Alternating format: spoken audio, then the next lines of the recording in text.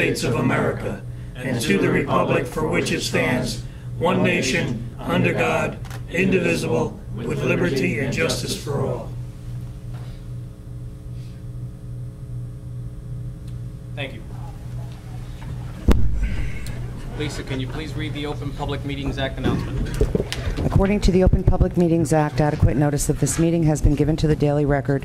Notice has been posted in the Municipal Building, 204 Flanders Drakestown Road, Mount Olive Township, New Jersey, and notices were sent to those requesting the same. Roll call. Mr. Perkins? Here. Mr. Mania? Here. Mr. Ferrante? Here. Mr. Nicastro? Here. Mr. Walsh? Mrs. Labow? Here. Mr. Roman? Here. And let the record reflect that Mr. Walsh is on his way. Okay, our first item on the agenda is digital sign presentation.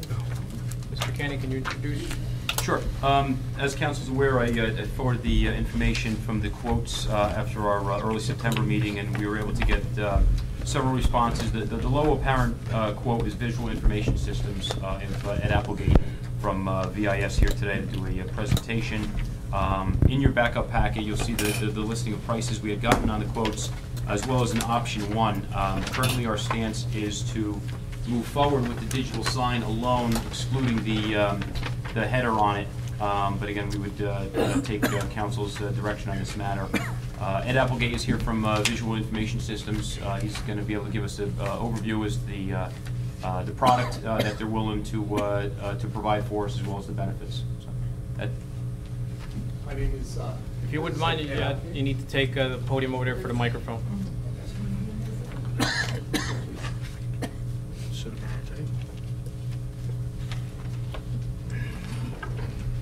Thank you. My name is Ed Applegate from Visual Information Services, and right now we're passing out a packet that does twofold items in here, which is one, to talk a little bit about who we are and also what we're proposing to the Township of Mount Olive. Visual Information Services has been providing LED displays for 21 years. We started back in 1991, and even locally, Mount Olive High School has one of our displays, as well as Warren College, which is a little bit down the road. We have displays all over the United States, and have the ability to give you a full-service product, which not only includes the LED, includes training, includes on-site labor, and it gives you additional things that we can provide for you, including extended graphics and animations for the type of sign. If you'll open the packet up, on the left-hand side,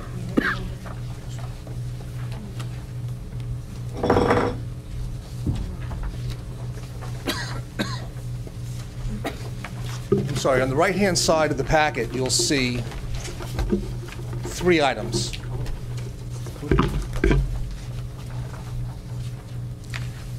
These 3 items basically are the concept of how we are going to put a display in for you. It's going to be a double-sided full color.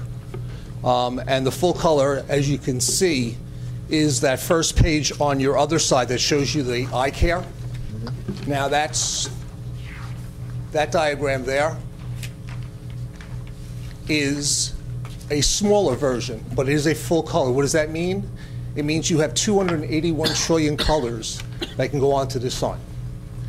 It can also do not only static messages and static images, but it can do short AVIs or videos that can be anywhere from depicting blood drives to holidays to safety messages.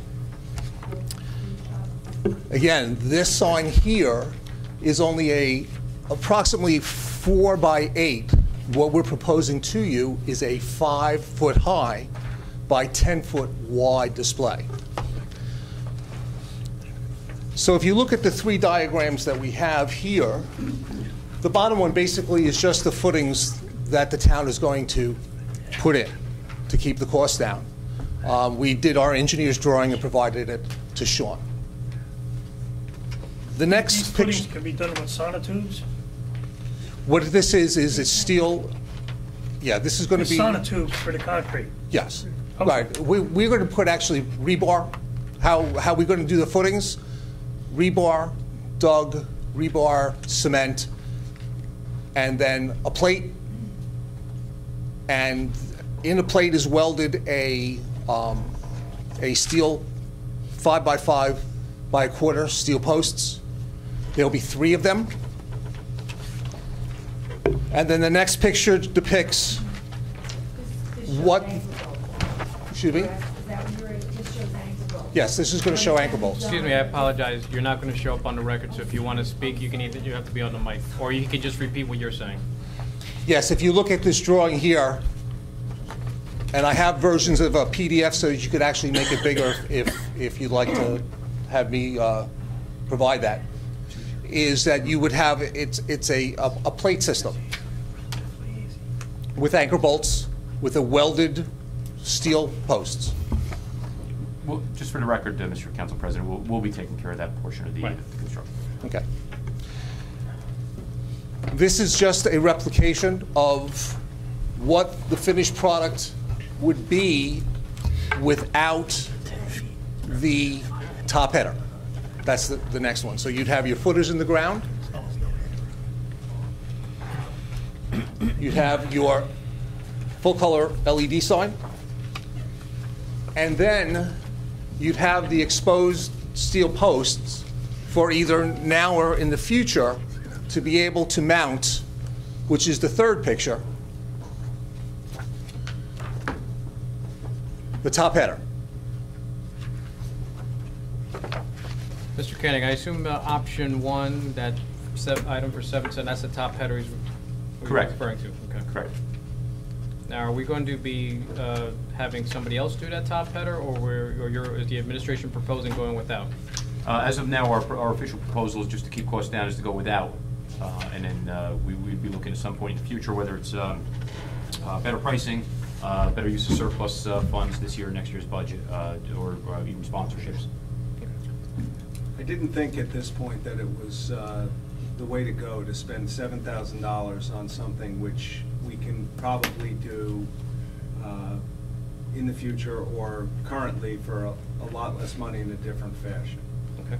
So, you know, I think that we're really pushing it by just going for the sign itself. The extra $7,000 to me was just overkill. Thank you. Please proceed. Okay. The capabilities of this sign, just some of the things that I wanted to point out. It is a screwless system. In other words, it opens by a latch key. So you don't have even hydraulics that open up and close it. Inside are all commercial components, including the power supplies that are actually internally conformal coated. It will have a wireless Ethernet, 5.4 gigahertz, line of sight, hard coded from the modem to the bridge, modem being on the inside, bridge being at the sign. And the power and the controller itself is not like your regular PC, but it's more like your laptops, which means it has a solid state controller. So there's no moving parts in the controller, longevity. As we're doing the install, we also provide you with a 2-year on-site labor warranty. That's a free from defect. So anything goes wrong in the first 2 years, we're there on labor. Anything happens to the sign overall, free from defect, you have 5-year parts completely, everything that's inside the sign. The technology that you're using for these signs, how old is it? In other words, like 5 years from now, is it going to be obsolete? So in other words? We actually use the same LEDs that you would see at a much reduced prices, as Sean knows, that you see down in Times Square. So they are the top of the line LEDs. The controller, because it is solid state, is an open architecture, so that you can import any type of new type of software that comes in the future into that controller. All right, so 10 years from now, when the warranty runs out, it'll be easily replaceable or serviceable, or do we have to go get a whole new sign based on past experience? I have signs that are first generation. In other words, LED, as far as outdoor displays, really came out in about 2000, 2001. So the first couple years, just like anything else, VCRs, widescreen televisions, that was a first generation. I still have first generation signs that are running and operable at full capacity. In fact, I have one out at a fire department that was put in 2002, and last year we just changed one of the panels on the sign. So LED itself has a 100,000-hour half-life. What does that mean? That means that in basically 11 years, if it's on 100%, which your sign would not be on at 100% brightness, it will be half as bright. It's common to see signs, especially of this generation, outperforming 10, 11, 12 years. Do you have any idea how much electric consumption that sign would be? The signs that you're getting, because they are 5x10s, are going to run about 23, 24 amps per side, because they are large signs. Can that be translated into dollar amounts? If you take wattage, it would probably be like, per side, maybe running 2 100-watt light bulbs on constantly. Let the record reflect that Mr. Walsh is present. Okay. Does anybody else have any other questions? Yeah, how long is the guarantee, the warranty? The all parts, the total component warranty is 5 years, okay? And the labor that we give you on site is 2 years on site labor. Is that anybody else? Any other questions? Oh, I have a question. Ms. Leba? When you talk about panels, I know I'm over here. No, over here. Tell them to look over this way. This way. Oh, you know what? I'm just sorry about that. I know, it always sounds like it's coming from back there. I'm sorry about that. When you said when you replace the panels and our sign's said it's 5 feet high, and how many panels? Is it just one whole panel, or is it sections? No. The sections are basically about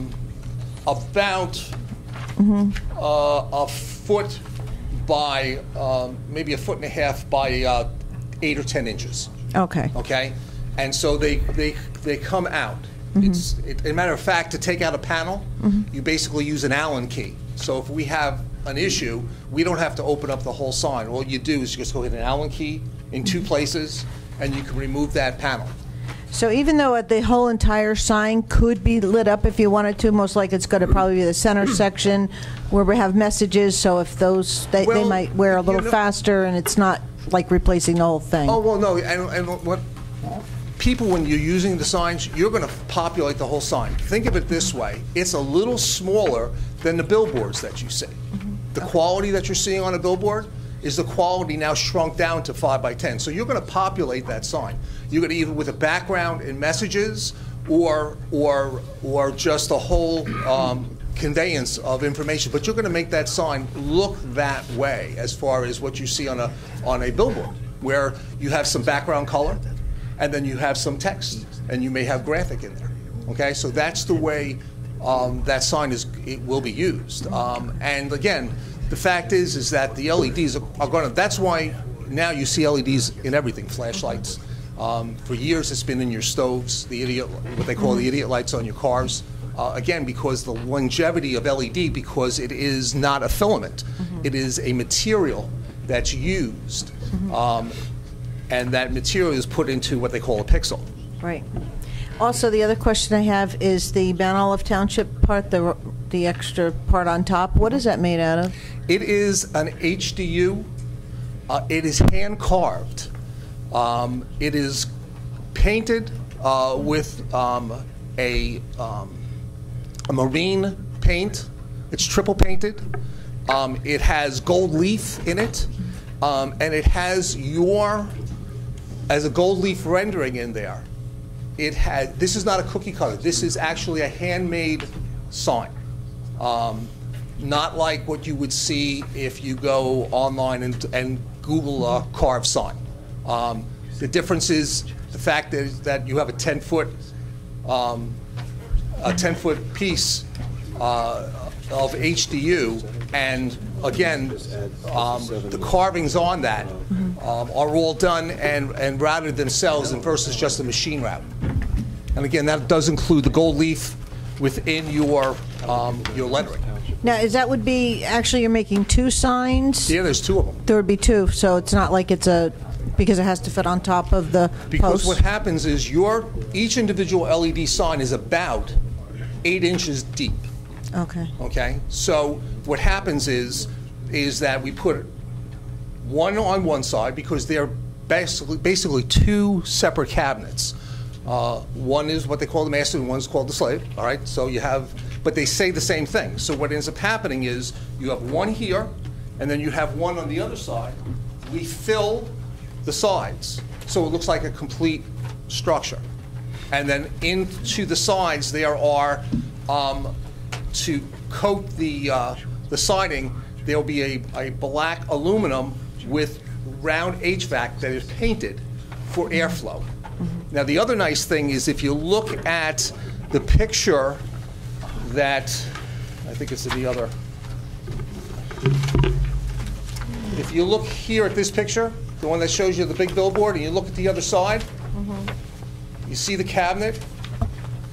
It is a special skin, and it's a scratch-resistant skin. It's a pebbleized frame that goes on the sign. So it's a very slick, classy look, but it also holds up over time because the fact it is that marbleized or pebbleized cover. Thank you. Mr. Bronte? I noticed that on the different signs, they have different graphics. Are there templates that we would have a choice, for example, give blood or whatnot? And if so, how many different templates are there? Well, the way we instructed this proposal together to keep it within your budget, we're going to give you pro bono probably 2 or 3 of the ABIs. There are hundreds that are available, and they can be of any type of genre. Like fireworks or whatever, right? Fireworks, all the safety ones that we've created, our graphic artists have created. Now, what we do, for example, I know that you have an immunization, flu shot. So what we typically do and we'll do it for the ones that you want, we're going to give you the AVI, which will be the video, but then there will be behind it a editable frame so that it'll keep the information except the who, where, or when, so that you can use the ABI first. So it's like a logo. It's like I know what's coming, and then the screen would come up that would show you, this is the date, because every year it's going to change, and the times may change, so that you'll have that 2 platform behind. Mr. Canning? In my quotes, I was being frugal. I didn't request any of the AVIs. It was an extra cost, but they were nice enough to throw in a couple extras. So I said, no, thank you. Very much appreciated. Well, we want you, the whole goal here is, and doing this for 21 years and having thousands of displays, is that if you look good, we look good. And so until you have our sign, it's a concept. Once you have the sign, then you understand the value. Mr. Mania? What kind of protection against lightning? If it's a direct hit, there's nothing that's going to happen. However, it's a good question because here's what we do as a difference also. Inside the signs, on each side, there are surge protectors. However, what we also do is add on to the upcoming electrical feed a 50 amp per side, a NEMA 4 box with an audible alarm, so that if you should have more than a 50 amp surge that comes through your line from a lightning strike or from bad power, it's going to close down before it hits the rest of the line into the sign. Better a $200 piece of equipment versus a controller inside the sign. Mr. Walsh? Yes. You've done these types of signs for other government agencies, townships, or whatever, too, right? How do they generally ensure against vandalism if something happens, if somebody messes with the sign? Do they use cameras? Do they insure it themselves? What do they generally do?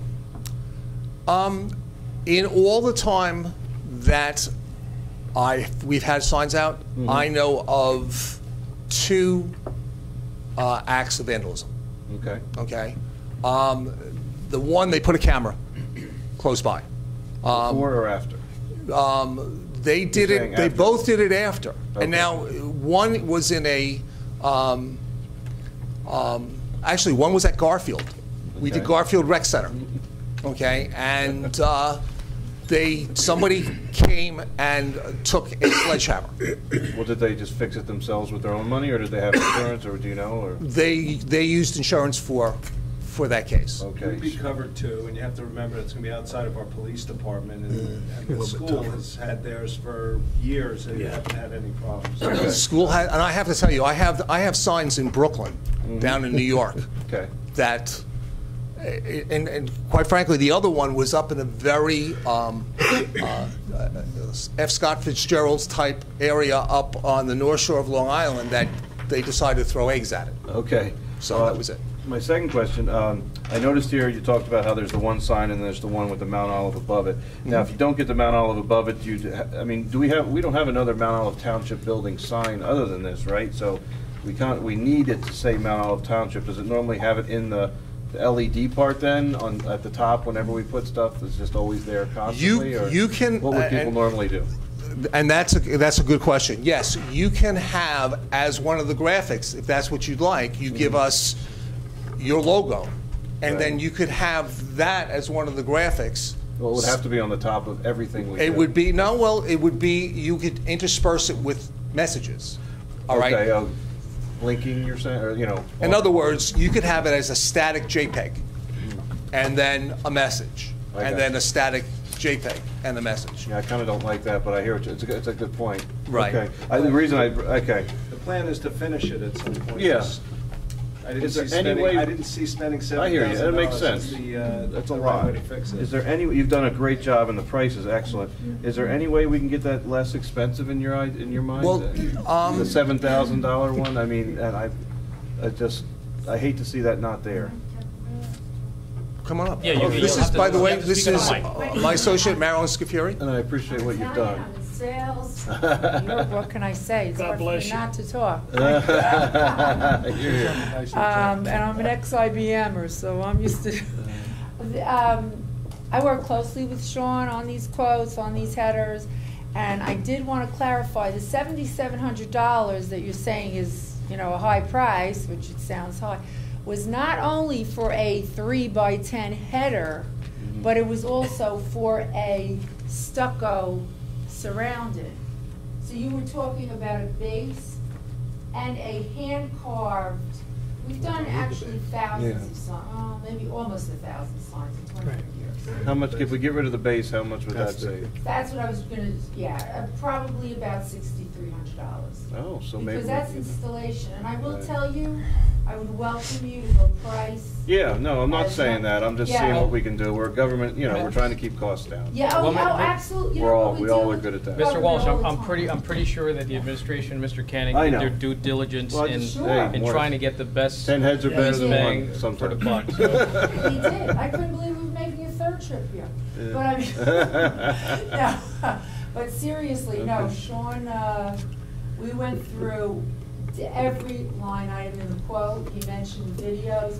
I will tell you, spending the money you're spending, even on the LED itself, I truly hope more videos. You'll buy more videos Yeah. because content is king. Content is king. That's something, rather than just a font. I really hate it when I see people spend all this money on signs. Okay, just to and then- finalize that point, are you saying it's 6,300 for the base part and the top part is more No, like? that's for the top Oh, part. for the top, okay. What happened is the town, in order to save money, chose to do do the footings Okay. and the digging themselves. We did the engineer's drawings, so your facilities could do all of that, you know, I hear you. that work, the contracting work. Okay. The post, we recommended what post would go with the wind loads for this type of sign, for this street. Okay, and a couple of the council people asked me to, AVIs, how much are they, the AVIs The generally? videos, I mean, for the ones we gave you, which were sort of unlimited and custom, like visit our website, we have some really cool, for some reason Sean couldn't open them. And I thought we were actually gonna bring a laptop video, because they're very impressive looking. Uh-huh. We have every type of safety message, we do work with hospitals, we're talking safety, sports, what do townships basically do? I mean, you know, we have, we actually have installed several fire A departments, lot of several flu schools, shot Board of drives, Ed- all kinds of stuff like that, Yeah, yeah. Board of Ed fundraisers. Well, just so, how much are they? Oktoberfest. How much do they run? Approximately, just range. Well, I had given Sean what I thought the township, I was giving him a package for $883. It was a package that you'd have, A bunch of them? yeah, holidays and. I have to assume that your reluctance to give a price is basically because this is a public forum and you would hate to have a No, price no, quote that that you're giving actually- out to be used by any other No, possible. oh, you want a per price video? I just, we're just curious how much that stuff costs. I have a few of them were asking me to ask. You know, a JPEG, which is a static image, generally goes for about $20. Oh, okay. A sophisticated image, Mhm. I have schools that have, you know, visit us on Twitter with the school name. I only quote it because it is actually in the quote, the package I gave him. But you're talking anywhere from $45 to $85. Well, can't we put the stuff up ourselves, or are we always gonna? Yes, Oh, we we can, okay. train you how to put that up. But we can also get things from you, okay. Oh, yeah, absolutely. But I Gotcha. have given a, yeah. Right, Thank understand you. that Yeah. Our graphic artist has been doing this for a long time, so Uh-huh. she knows what colors work great. And when you're talking about the ones that Marilyn's talking about, Uh-huh. they could be anywhere from 5 or 8 or 10 or 15 or 20 frames, okay? A nice thing about this sign too, and two things on that, is it's a 60 frame per second reel, so it's very fast and it's 1200 hertz. So Right. this is a very fast internal controller. So when Right. you put those up there, it's like watching a movie Right. from a certain difference. By the way, if you talked about, you know, the ones that we've done, if you looked at this piece of paper, if you look on the back, it'll give you just a sampling of some of the displays or our clients. So we have done a number of, we do a lot of municipalities, whether it's a fire department, a school, a actual town, or Picatinny Arsenal, Dover Air Force Base, you know, Pentagon. So Right. those are the type, you know, we're used to this. Right. There's Well, lots of, and they were made specifically for us. They're custom, they're sophisticated, what I call not Pac-Man. We came, the people in our company came from corporate America, not from sign America per se. We started out doing call centers, right. ACD systems, and then outdoor exploded. And safety was very important for us, especially when you have companies like DuPont and General Electric wanting to, you know, LTA days, lost time accident, workman's comp. You know, they didn't want any accidents, so they were putting these large signs outside of their factories, so the Right. employees knew, you know, what was going on. Well, But- we'll definitely keep you guys in mind for other stuff and tell people about you. I mean, that's a much better price than the others gave us. I think Joe should give you free advertising for the next year. God bless you. I do want to stress one thing about this header. You know, I have fabricators, you know, that have routing systems. You know, these are all done on routers, machinery that make marble now. There's machinery that make headers. I will tell you that there is no machinery that makes these over 8 feet. PVC is like a plastic, it's faux wood. You know, you see doctors' offices, black and gold and fancy. These are all done on a router. Our guy, when we heard it was 9.5 feet, I have somebody who's actually building a rocket for a school for autism, and he would be making this. And even a foam craft, quote unquote, because I do go to trade shows all the time, you won't find anything like this even for this price. Right. And I was, you know, I understand budgets, so we get, you know, Yeah. grant money all the time and things like that. but you'd be hard pressed to find anything even routed. And this is 23 karat gold leaf. And this is going to be impervious to the weather. Just, it's going to be here longer than we are. Okay. Ms. Labo? Thank you. I just want to say that anybody who's been at the Mount Olive High School, you see the signs that were put, welcome to Mount Olive, the signs like this, they're much smaller. Mount Olive High School Parents Club, we did that a few years back, and they're not as big as these, and it's the same thing with the gold leaf and the marine paint, and I will tell you they each cost us $2,000 a piece, and that was several years ago. So at $6,300 for a larger sign, just going from my own personal experience, I'd have to say it's a really good price.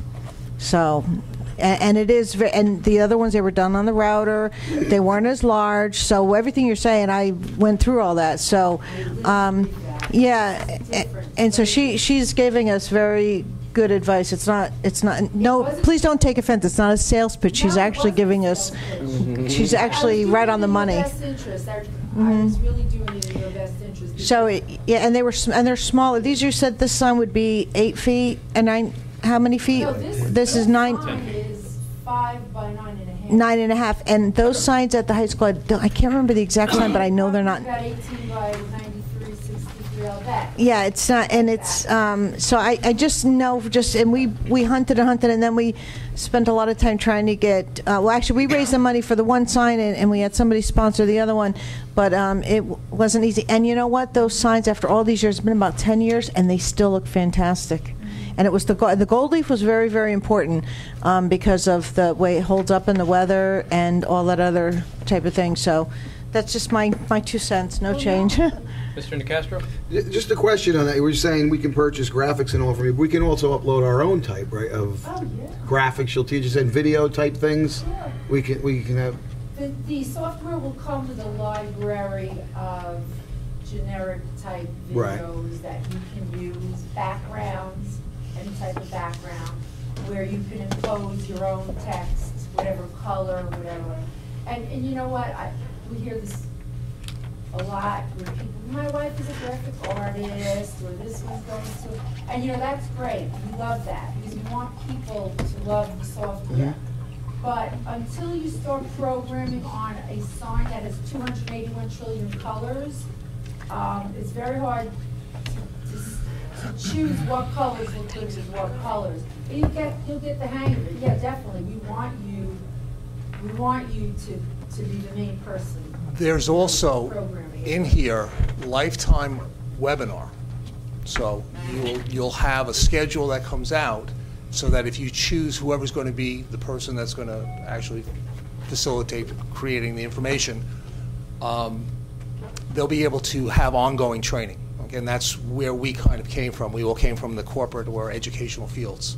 And also with the pricing, we did this because doing this for, again, as many years as we've done this, we pick and choose where we can cut what our normal markups would be when we find situations where we'd like to be able to do this. Obviously, we don't do this all the time.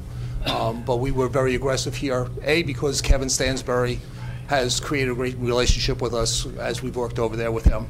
And we'd like to continue that relationship. Anybody else? Mr. Mania? Sure, you might want to explain to Mr. Walsh, he may not have been present, what we did to reduce the cost of this sign by pouring the concrete ourselves and so forth. Yeah, to keep this. I got that. I got it. Okay. Yeah. I hear you. Does anybody else have any other questions or comments? Okay. I'd like to commend the administration for getting this next quote. I think the sign's going to be a great addition to the township. It's another step in being able to inform the residents. All right. Thank you very much. Thank you. Thank you very much. Okay, the next item on the agenda is resolutions. There are 10 resolutions. There was an amendment. A 10th resolution was added. I want to make sure everybody has that for the submission for the NJDOT grant application for the International Drive South. Does anyone have any questions or comments on any of the resolutions? Mr. Canning. Just to clarify, on the complete streets policy, there's one added whereas. I'm not sure if that's in front of you or not.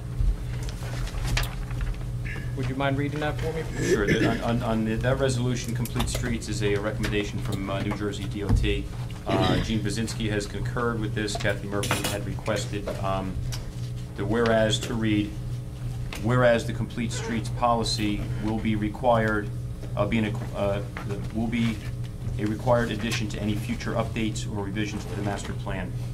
That's just the one line added to the resolution. Now, what kind of imposition does that do on a builder as far as going forward, any projects, any developments?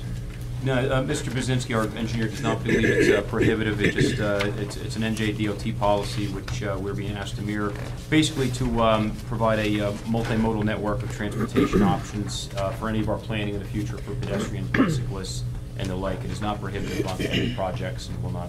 And it's not something that's retroactive, that has to be done on any current developments? No. If anything, it helps us a little bit with points in any of our grant proposals, and it just requires we take into consideration if we're doing this type of development in the future, that we look beyond just the mere vehicular infrastructure and if possible, take this into account. Are you aware if the planning board has had any input on this? No, we went directly to our engineer on this, and as it touched upon Sustainable Jersey, which is why Mrs. Murphy had input on it as well. Mr. Bazinski didn't feel that it was rose to the level that we had to have planning board comment. All right, thank you very much. Anybody else have any questions or comments? Seeing none, we're on to ordinances. There are 2 ordinances presented. Anybody have any questions or comments? Okay, seeing none, we're on to our first old business. Anyone have any old business? Okay. Anybody have any new business? I do. Ms. Laybell, please. Thank you. This is sort of new business, sort of old business. I just wanted to bring something up in light of the residential house fire that we had on early Sunday morning, and thank our Bud Lake Fire Department and all of the other responding departments for coming so quickly to help out with that fire. I did hear some comments in town. They were concerned about, the whole entire house went down and so on and so forth. And it was something I'd picked up at a meeting, I don't know how many years ago now, and it talked about truss roofs, and I thought it was kind of important for council to maybe just understand the concept, and also talking to Brad, I found out that I guess we don't have all of our streets labeled. We should probably look into that. Truss roofs are good. They're a very solid way to put a roof on a house. They're done in a factory and they're brought out to the property. The only problem is that they first of all, you don't have too much storage space in your attic because of them. But when there is a fire, and a fire like this one where it starts in the fireplace, goes up into the chimney and right into the roof, right away the integrity of that roof has already been compromised, and it's not safe for the firefighters to go anywhere near. As a matter of fact, they have to have their safety zone. I forget exactly the terminology for that. They have to set back. They have to stay back far enough, whatever the height of the structure is, because when the roof will collapse into the structure, and many times it'll push the walls out, and then they'll fall over. So if it's a 2-story building, you have to have your set. You have to be set up that far away. Also, in the truss roof, the way they're connected together, and I also printed out some information I'll pass around for you guys. So look, I just find it really interesting, so I wanted to bring it to everybody's attention. You have all different kinds. You have scissor trusses, you have the bow trusses. Bow trusses are actually a little bit more dangerous, the bowstring trusses for firefighters, and they're usually in the big, huge commercial buildings. Anyway, they have to set their safety zone area further apart so if the walls do fall down, they're not injured. And they start the gusset plates. What happens, the gusset plates that hold the timber together on the trusses, when they get hot, they make the wood hot and it starts to separate. So it's a very dangerous fire. So a very dangerous situation for our firefighters. Am I on the money on that there? So the other thing, I was just a little bit concerned. I think you're in your development over there in Wyndham Point, you have truss roofs there, and you're supposed to, all the street signs are supposed to be marked. If it's a roof truss, it has to have a triangle, white triangle with a red letter. In New Jersey, the law was passed years ago. Florida, New York, and New Jersey all mandate that streets where there are homes or buildings that have truss roofs or floor truss they have to be labeled right on the street, so when the firefighters come up, they know. Because you might have people coming from another town might not be aware of it. So our own firefighters will know basically which streets, but somebody coming from Washington or Hackettstown or Roxbury might not know. So you're right on the street sign, and I pass this around for you guys also.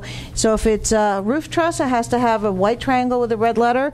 If it's a floor truss, it has to have a white triangle with a F. And if it's both, because the floor beam, they can come apart also and they can fall through. So it's just a little bit of information. I know a lot of people are talking about it. It was a devastating fire, and it's really hard to see this huge home, and all that's left is a little bit of brick facing. And so I'm going to, and I guess Rob wants to, so I want to pass this around. You guys want to take a look at it? If you're interested in more information, I can email it. This was actually a PowerPoint presentation I found, and I put on the green tab all of the safety measures that the firemen should take. And I just figure if people start talking to us about it, we should maybe just get a little bit of information.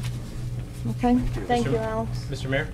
If you don't mind, Alex, I think that this would be an appropriate place to talk about the issues that were raised by the fire, especially since there are a number of people in the audience tonight who came specifically to address the water issue up in that part of town. Please. At 6 o'clock in the morning on Sunday, I got a call from the police chief who advised me that there was a structure fire, and I went to the scene. By the time I got there, the house was gone. The call, I think, originally came in at about 5 o'clock.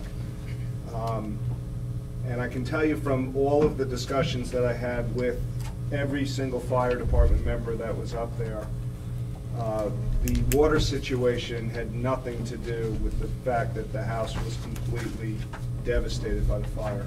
By the time that the call came in and the firemen got there, and correct me if I'm wrong, Brad, in anything that I say, that house was going to be a total loss, irrespective of any other issue. It just was fully engulfed by the time the call, by the time any response was even possible. So the lack of water, the amount of water had nothing to do with it. Ultimately, in speaking to Brad, there was over 100,000 gallons of water ultimately that was used to fight that fire. 125,000 gallons of water that ultimately was used to fight that fire. Now, there are numerous areas of town which are not serviced by public water. That area of town, and I would have to say primarily Bud Lake, there's probably 60 to 70% of Bud Lake, and speaking to Mr. Perkins, who obviously has greater knowledge of the water issues than I do, that is not serviced by public water. There are hydrants up in that area, and Teresa, in your area, there may be hydrants as well, that are painted black. Mm-hmm. The black signifies that they are dry lines. There is no water there. There never was water there. There is no water in the ground to get there. The cost. The first thing that I did when I came to the fire and it was advised that the hydrants were dry hydrants was to call Sean, and I said, Sean, there's going to be a lot of questions. We need to get some answers in terms of what is it going to cost to get water there, what are the problems associated with getting water there, and what are we looking at in order to provide water suppression to the residents who don't have public water. So Sean is going to address those issues. But when the fire department came to that scene, and I know there had been a fire there probably a month or two before in the house next door, which was a car fire, I believe. It was located in the garage. Right, and the whole house didn't go up. And in speaking to Brad in the hallway, that part of the problem here was the fact that the fire probably had been going for some time before the residents woke up. It was a time of day kind of thing. And by the time anyone came over the hill, the house was completely gone. So at that point, it was just a question of making sure that it didn't spread anywhere else, making sure that everyone had gotten out of the house appropriately, which, thank God everyone had. But there is no question that when the fire department got the call, they knew that there was no water in the hydrants. No one attempted to hook into the hydrants, and it's no different than a lot of other sections of Bud Lake and a lot of other sections of Morris County that don't have public water. So the question then became, is it feasible to actually get public water up there, or is there some other method that we can utilize to have fire suppression available to the residents? Obviously, the residents up there, they're beautiful houses, pay a lot of money in taxes, and the one thing that we do up here is provide public safety, which is more important than anything else that we do. You see, we spend, 20 minutes on a ridiculous sign, which, in the scheme of things, is not even comparable to the issue which the residents of Bud Lake and parts of Flanders deal with by not having public water. But as a municipality, obviously, we're constrained by a number of different issues.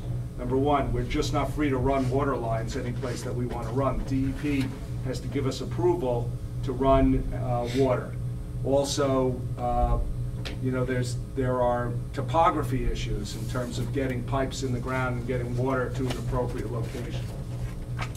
My understanding is that there is a system set up where neighboring municipalities bring their tanker trucks in based upon the way that the call is called in, so that if it's a level 1 or a level 2 or a level 3, each of the municipalities will then respond. So that Bud Lake will go to another municipality if their level is hit, depending upon location.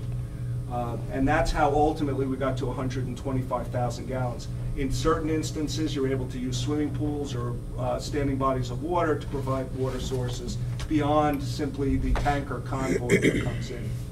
But I wanted to know, how much would it cost? What are the impediments to actually bringing in the water? So we knew that this was going to be an issue. I think it's an issue we've dealt with over the years. I just didn't remember what the answers were. So at this point, I'll turn it over to Sean. And I think that you can provide the information that you have. And then I'm sure Ray has some history in terms of how we got to where we are and ultimately, what we might be able to do. Thank you, Mayor. The last 2 days after myself and the mayor spoke, we spent a lot of time doing due diligence, trying to find out how we got to this point, what the history, and appropriately, the questions are there. There's fire hydrants in the street. It's a reasonable question to wonder why they aren't charged. As everybody knows, a lot of the developments go back 20 to 25 years, and the land use ordinance envisioned a growing Mount Olive and appropriately required developers to place within the streets the infrastructure, the water lines and the hydrants, envisioning that at some point there would be some adequate supply, whether by water tower or by other water boosting stations. So with that in mind, I had a lot of conversations with our engineer, Gene Pazinski, Timmy Quinn, Catherine Natafalusi, just trying to get a handle on how we got to this point and how you solve this problem and what the costs are and what our options are. We identified about 5 problems that would have to be overcome to supply not just the Green Hills South neighborhood, but other ones affected, Bretton Woods and Green Hills North and other sections in the township. But in particular, this neighborhood, and the options we saw were, 1, do you build a water tower on site on any municipal property? The hurdles associated with that are obviously, prohibitive costs. You're looking at probably over $1 million for the water tower itself.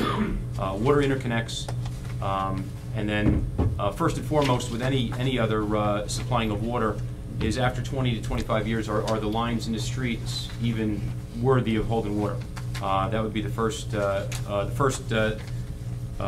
Objective would be doing a pressure test and finding out whether these lines are still good. If the lines are no good, that opens up a whole nother area of problems of basically, in essence, replacing these lines and digging up the streets.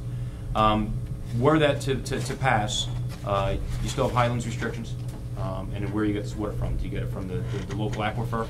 If it's the local aquifer, Highlands is going to want some testing on that and how much that would be depleted. The other 2 water systems, and I'll comment on, and Ray may know more than I do on this, but the Indian Springs is probably the most local water supply that if we weren't going to be able to do a water tank to draw from that, and there's questions as to whether that has capacity to supply hydrant service into this neighborhood. In addition, there would have to be the creation of a booster station. The water has to have pressure to get up to this area, to this neighborhood. The other local water supply would be possibly Hackettstown Municipal Utilities Authority at the bottom of the mountain.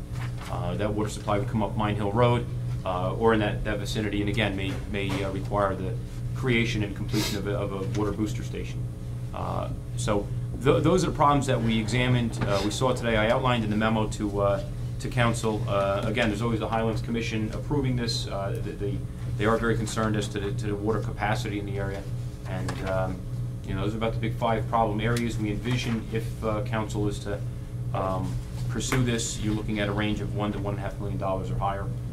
And then the first seminal stage on even pursuing this would be to find out that lines are even valuable through a pressure test. If that was to be council's direction, if they were to not pass that test, then you have a whole other area of problems. If they were to pass that test, then certainly can pursue others. But those are the problems and the solutions that we have come up with over the last 2 days. Mr. Mayor? Yeah, I kind of figure that the lines are probably still good.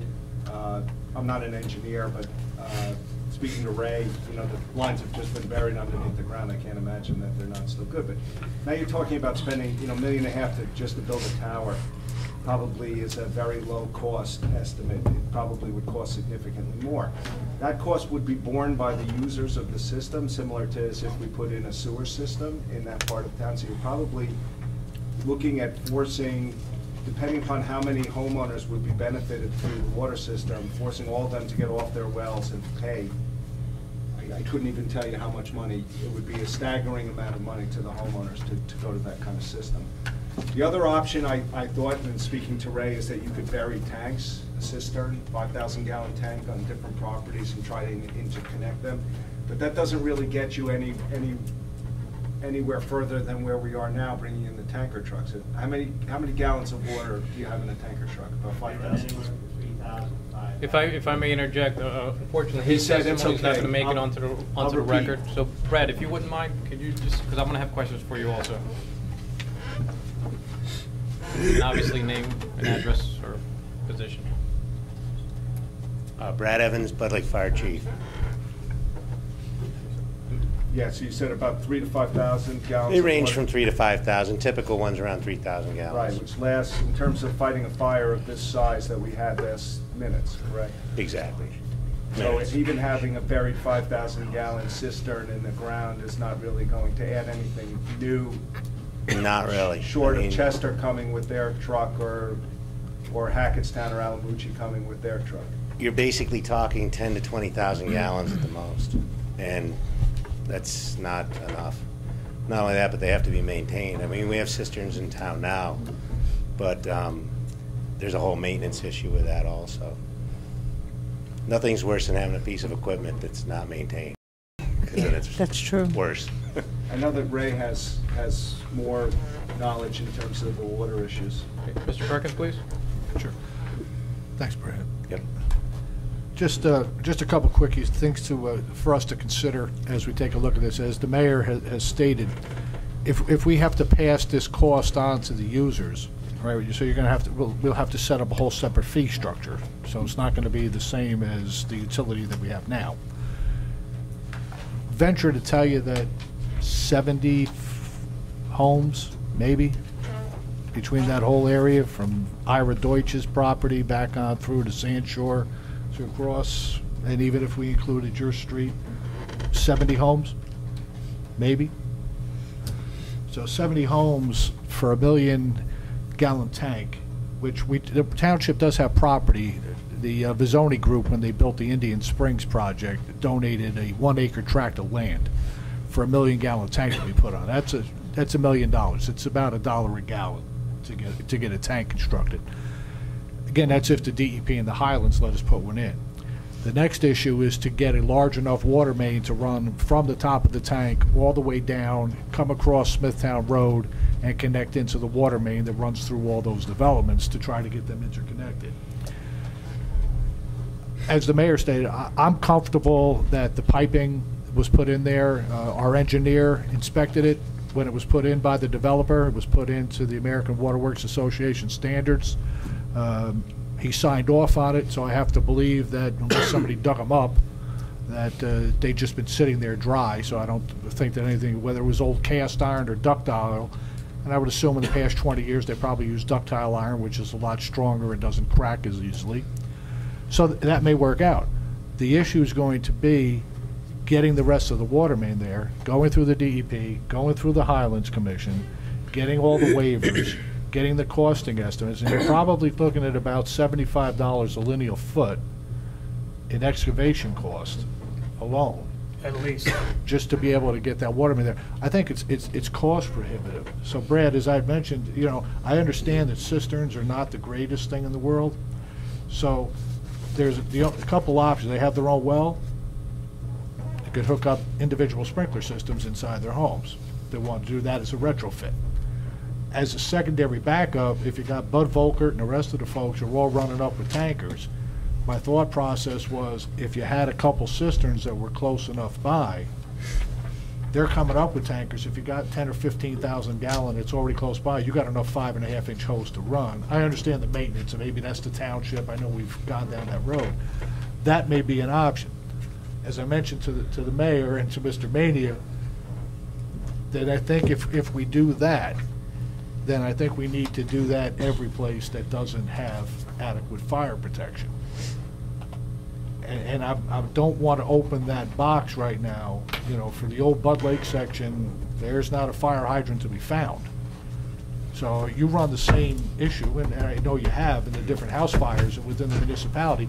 When you get there, and there is no fire hydrant, so whether there's a fire hydrant that has nothing in it or no fire hydrant at all, there is no option other than us running Getting water water up mains there. all the Yeah. way through the entire township. And we're talking insurmountable, $130 million easy. I mean, you're right. I mean, the biggest decision we have to make when we start attacking it is we have to think ahead of the volume of water you need. And, you even need some hydrants in town, some of the hydrant systems. There's not enough. I mean, the church fire is a prime example. We didn't start winning that church fire until I had Hackettstown laid from all the way down here, all the way down to the church.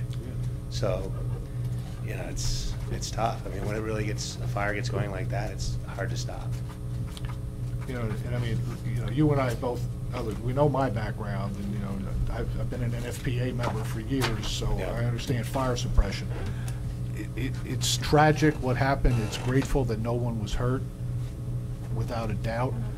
I don't think, looking at the report, I don't see, personally and professionally, I don't see us spending money to start pressure testing sections of water main unless the council is prepared to anticipate at least knowing 1.5 million gallon is $1.5 million. So that's the tank, which you're going to need storage.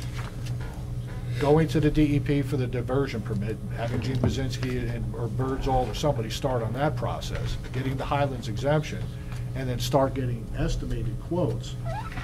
I would start looking at what the costing is going to be to install the tank, to run the water main from that tank to tie into the system before I would pressure test anything.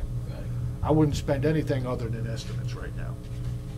I just don't think it makes any sense. Brad, now it's already been said that if the hydrants were working, it probably wouldn't have saved this house.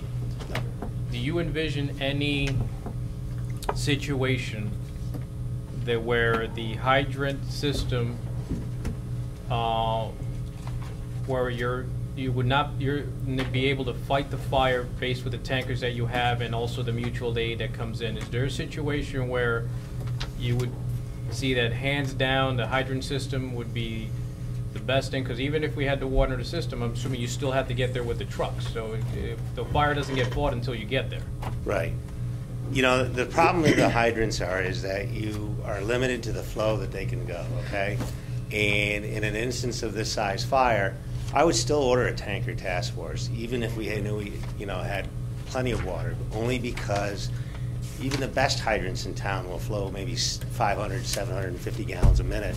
Well, we were easily flowing almost 1,000 gallons a minute with our trucks at that fire. So I would have used that capacity easily from the hydrant also.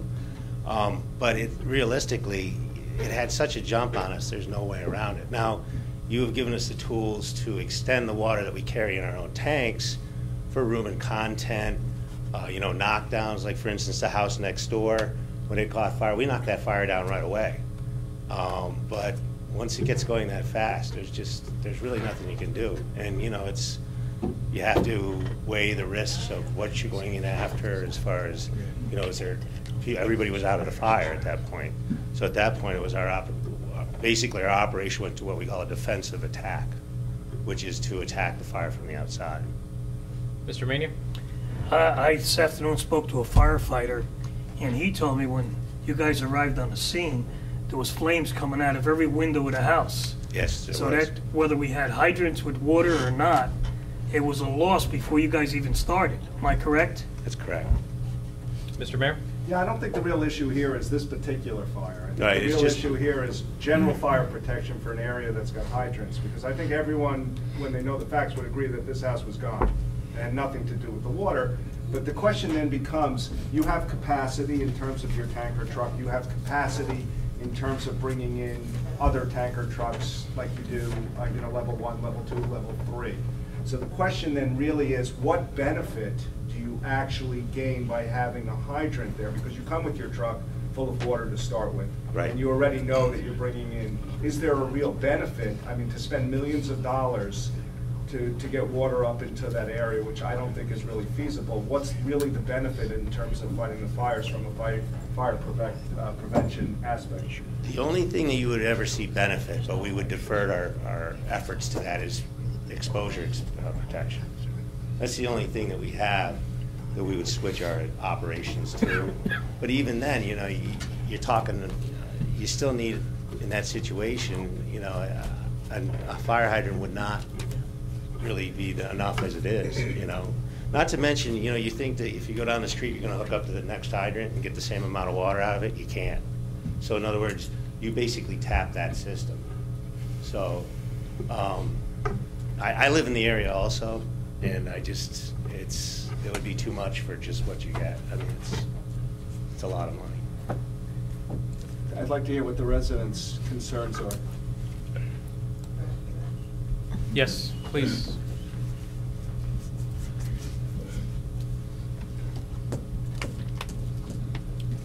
You also have to state your name and address for the record.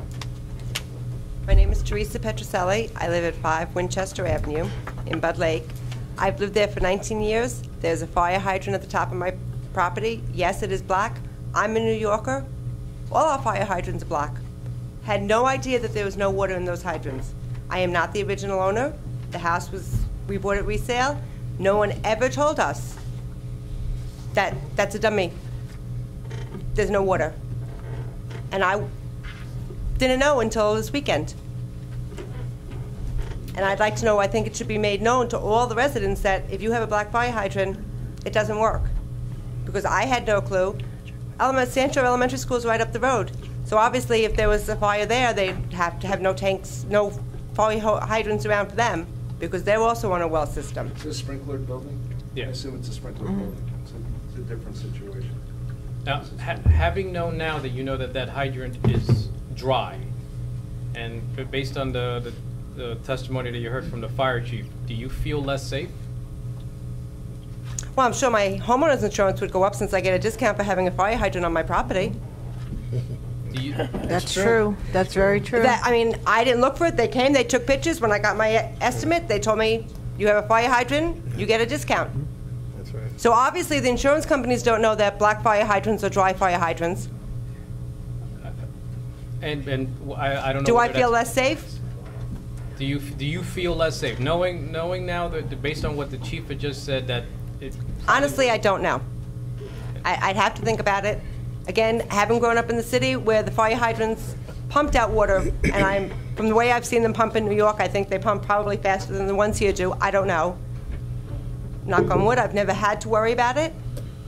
But the fact that I always had one at the top of my property always made me feel better. Now, and based on the discussion that we're currently having right now, and the cost that so far has been preliminary thought, Well, I have a question on that. Was that not known or thought about before the houses were built and the builders were made put these in? Because I'm sure that increased I mean, my house has the wires, the piping for city water. That when we bought our house, there's a pipe sticking out of the wall, and they told us it's because the builder was told they had to have the city lines ready to be turned on. And So I'm sure that probably cost initially more money for the people who originally built. Right, and those were all costs that were put in just, in preparation in case in the future that allows to be done, and instead of having to go backwards and do it. But would you be prepared to incur the cost of having to, tie in and get those fire hydrants charged up, which just quickly using on the calculator, we're probably looking anywhere from $2,000 to $3,000 a year? I mean, is that something that you would feel comfortable? Because honestly, eventually it comes up to the users of the system that they will have to incur those costs. Well, when they do that, will that just be for the fire hydrants, or will it be bringing city water to all the houses? City water. City water. City water. Yeah, you'd have to get I mean, rid so of then your I well. wouldn't be paying for a neutralizer and a well pump and septic. No, you'd be paying and, for monthly. Yeah. You'd be paying for monthly city water. Right. Which would be a separate cost On top of your connection. on top of that. So just You'd be required, everyone would be required to hook up, so you'd be. which is what we had been told when we moved in 20 years ago, that it was only a matter of time before it would not, they told us not to even service our well or service our neutralizer, because it was going to be gone in a year or two. Mr. Mania, then Mr. Mayor. Just as being a member of the planning board, years ago, when a developer came before the planning board, and he was asked to put dry lines in, his question always was, do you intend bringing water to that area? And if so, how long of a period? And if it exceeded 10 years, we didn't ask to put the dry lines in, only because we were concerned that them being in for that period of time, they may not be any good. So that's how that worked about dry lines. So obviously, and I don't remember exactly, but obviously that developer was told that there was an expectation of water going in that area. Otherwise, the dry lines would have not gone in. Now, I will tell you, my house is not a Toll Brothers house.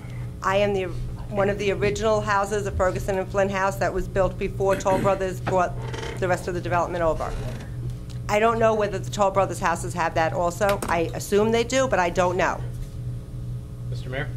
I think we need to focus back on the issue, which is, I think really was put into perspective by the chief, which is that there is no real benefit to a hydrant situation than what ultimately we have now in those areas of town. And I assume what the chief is saying, that even in areas where there are hydrants, you're still going to use the pumper truck system on a fire that requires that type of pressure, and you're going to use your truck waters first because the pressure is so much more significant. And any real fire, they're going to call in a level 1 or level 2 tanker. So leaving aside the fact that there are a certain amount of people who would like to be connected to public water, there's no real firefighting benefit to putting in hydrants, to having hydrants there, which I think is something that most people who are not at this meeting, and certainly I didn't understand until we got here tonight, but I think that's what Brad is saying ultimately. And I certainly don't have an expertise in firefighting. With respect to bringing in city water to areas that have wells, I'm sure that there is a percentage of the population, leaving aside the fire issue, that would want to have and be on city water. I know that I personally would want to be on city water rather than a well, and when I went to purchase my house, I think it probably adds value to your house being on city water. But ultimately, the cost of doing that at this point, based on a number of different factors, even if we were allowed by the DEP to do it, which I don't think that we would be, I think it would be overwhelmingly, there would be an overwhelming opposition in your neighborhood and other neighborhoods to spending. I mean, you're talking about tens of thousands of dollars per household on top of the monthly cost that it would, to get there, where, you know, people's wells are still functioning, people are still able to sell their houses, and I don't think ultimately that's something that the township is prepared for at this time. Mr. Mania? As Mrs. Petroselli indicated, you didn't know a black hydrant meant no water. Because in I New guess York, we need to educate the public. in New York, the fire hydrants are black. We need to educate the public. How? I don't. Well, Mr. Mayor? there's a fine line. There is a fine line between educating the public and Alarming. No, not alarming the people, but losing the 12% reduction that they currently get for having the hydrant on their road. And I know that anyone who's getting that reduction is not going to be terribly happy if the insurance companies find out.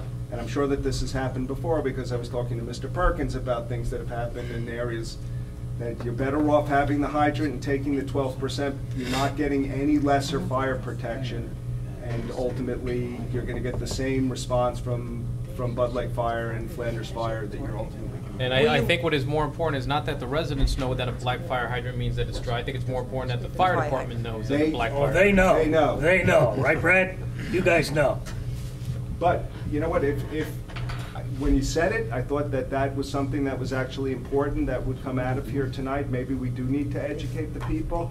Maybe we need to educate them that the black fire hydrant is a dry line, and ultimately it's not the best form of fire protection anyway. Right. And that we're prepared in town with the policies that have been put in place that far exceed the use of the fire hydrant, and that they are getting the best type of protection that is available, because we have, I can tell you that every member sitting up here has continually purchased the equipment which is recommended by the fire department to be able to fight the fires in the town, whether it be a ladder truck, a pumper, a tanker truck. We have continually given and given and given, because we recognize that we are not the experts. They are the experts. They're the ones on the front line. And I can tell you that Brad would get back up here and tell you that we've never, ever not given them a piece of equipment within reason that he told us that we actually needed. So I don't know if anyone else has anything that they want to add. Yeah, that gentleman there. Yeah, you have to come up. Mr. Walsh? Yes, and did you say Petroselli, was that your name? I just want to thank you and this gentleman too for coming tonight. I really do, we all appreciate it. I mean, we really want to hear from the residents more, so thanks, and please come more. Hi, thank you. I'm Bob Mastromonaco. I'm at 12 Oxford Road, directly across the street from Timlin's, and it was a very emotional situation for everyone. Brought up some really good points here and got me thinking, and if I could please ask the fire chief, is there any value in a homeowner installing a sprinkler system in a fire situation like this? Would it have fought that fire, stopped the fire? You have to, Brad, have to come up. I apologize. Gotta grab the mic and take it over to you. Really, you're talking about suppression, is what you're talking about. You're talking about a suppression system. They're starting to introduce them to private homes, but the problem is with private homes is that they malfunction, and then you get a wet house. So, to answer your question, the technology is there, but it's not quite perfected yet. Plus, also, you would get any water on a fire is going to help, but is that going to be economical as well as beneficial over a long period of time? I think it's coming, but it's not there yet. So, It wouldn't have helped in this fire. Went Yeah. from the outside to the rafters, the house was gone. and I want to correct just one thing about hydrants. It all boils down to gallons per minute. Okay. Yes, hydrants are great because they're right there, and we get the water, and it can speed us along. In this fire, it was too far gone. I mean, it was through the roof. But the benefit of a hydrant is the time frame. You get the water immediately. But you're also, some hydrants flow 350 gallons, some, like in the trade zone, flow 1,000. And you're still limited to that many gallons per minute. So it boils down to that. So I just wanted to correct that. This is Kevin Maloney, too. He was actually the chief in charge. Yeah, sprinkler systems, that's been a talk for a very long time, and unfortunately, contractors don't want to spend money, and politicians really don't want to take on that fight. It's expensive, but it's worth it, and they've been trying to pass that law for many, many years, and it's kind of just at a stalemate. But there's no doubt that that fire, even though if there was a hydrant, we still would have been in the same situation. We just would have got water faster, but it was way too far gone for, and our response was probably less than 8 minutes from the time of dispatch. So we were there pretty quickly, and we still had a head start. All I can say is, welcome to new construction. That's just a pure example of what goes on. Yet the house next door, which had the garage fire, because it hadn't spread to the point, you were able to put it out using the pump, the tanker truck that you guys have. Yeah, I'm that sure was- the response time was probably similar, because it's in the same location. You get a call, people start running. On our trucks alone, we carry 5,700 gallons of water. And, that's more than enough to do some content. But when you have a fire going to the road, that's the road. That's the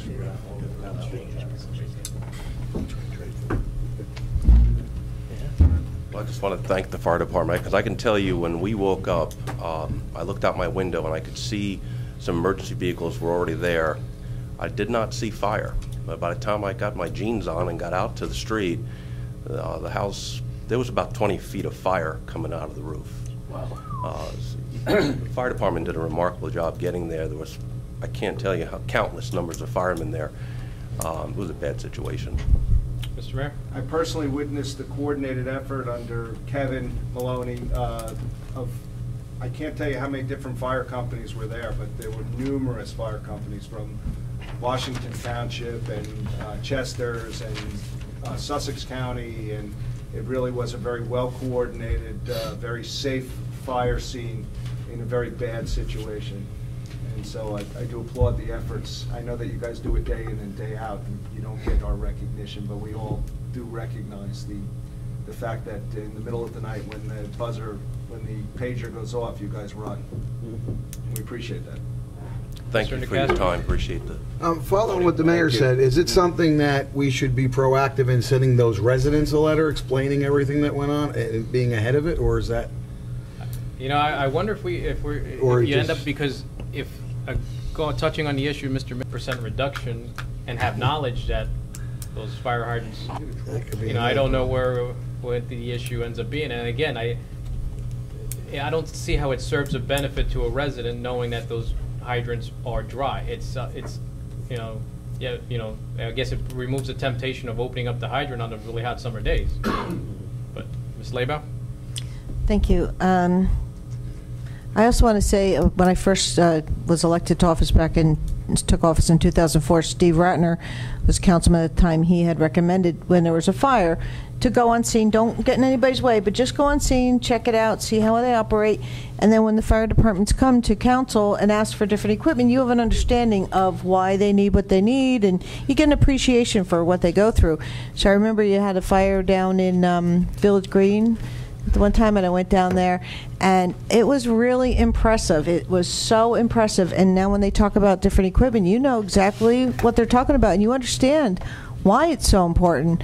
And so if you happen, and I don't think, as long as the politicians don't get in your way, you don't mind if they come and stand in the background and watch and see what's going on. And I to this day, I remember it like it was yesterday. I'll never forget it as long as I live.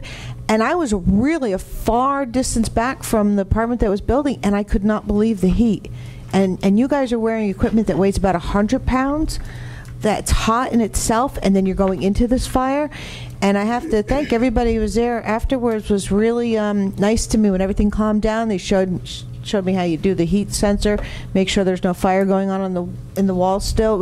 It was amazing. It was very educational. So I would recommend that you do take, and probably, Rob, you realize the same thing when you went. It's impressive what they go through. The command center, and everything is so incredibly organized.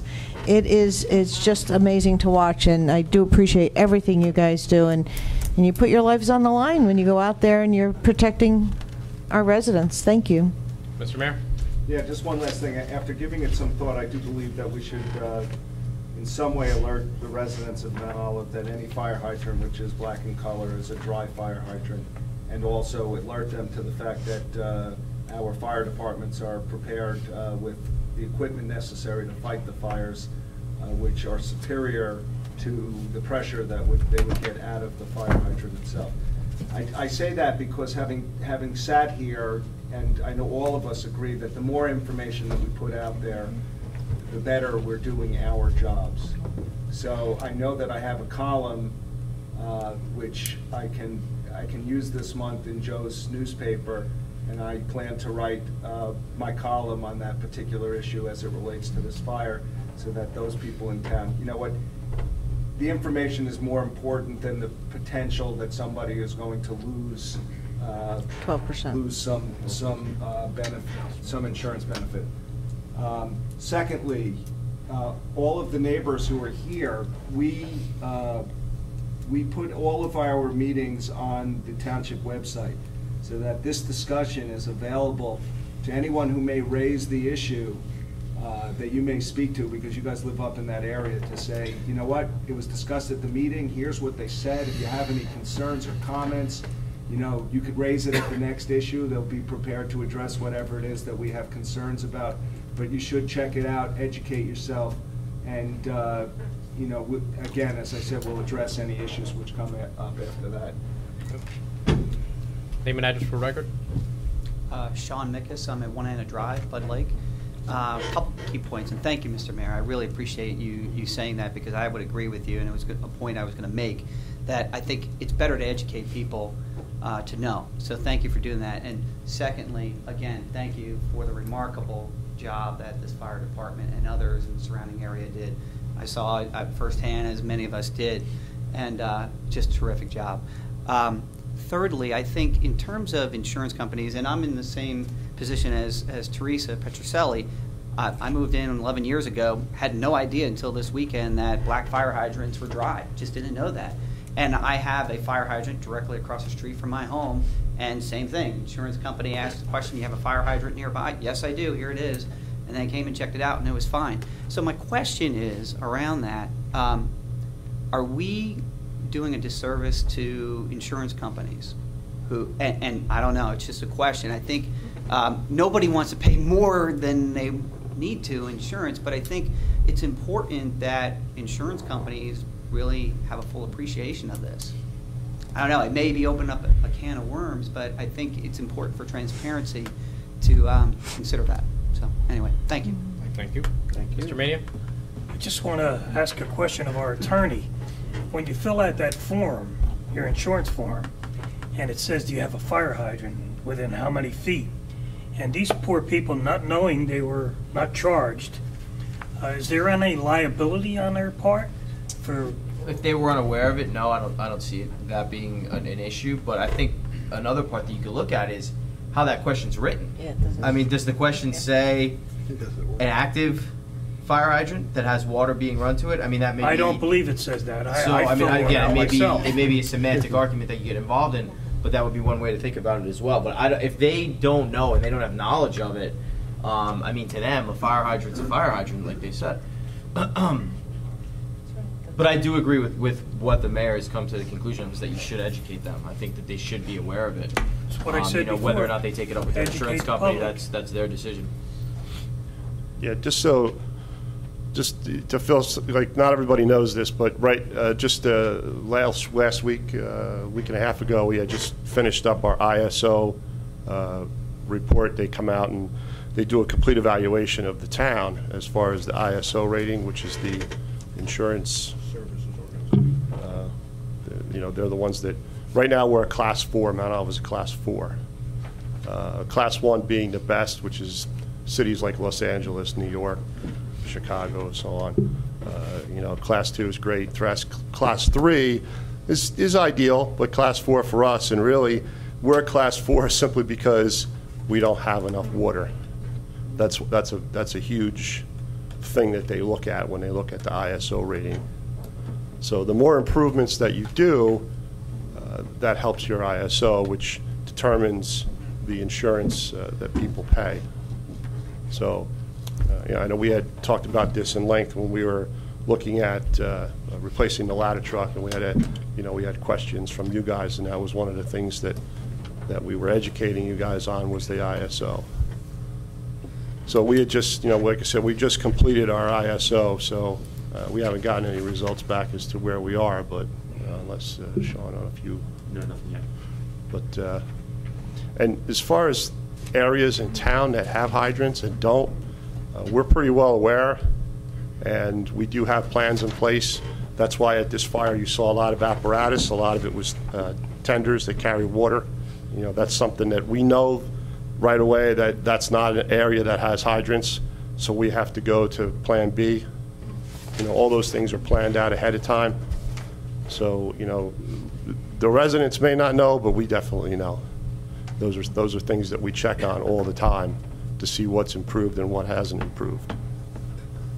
So, just a little background as to where that goes, and try to educate a little bit. But I do agree, the public needs to be educated, and it has to start from the beginning. When that person goes and spends $600,000-$700,000 for a house, they should be educated as to what they're getting for their service, and that's obviously not being done, and that needs to be addressed. I truly believe that. So, just some things to think about. Unfortunately, they're made to put them in, but they're not made to make water systems. So, until that changes, that's where we're at. Ms. Leba?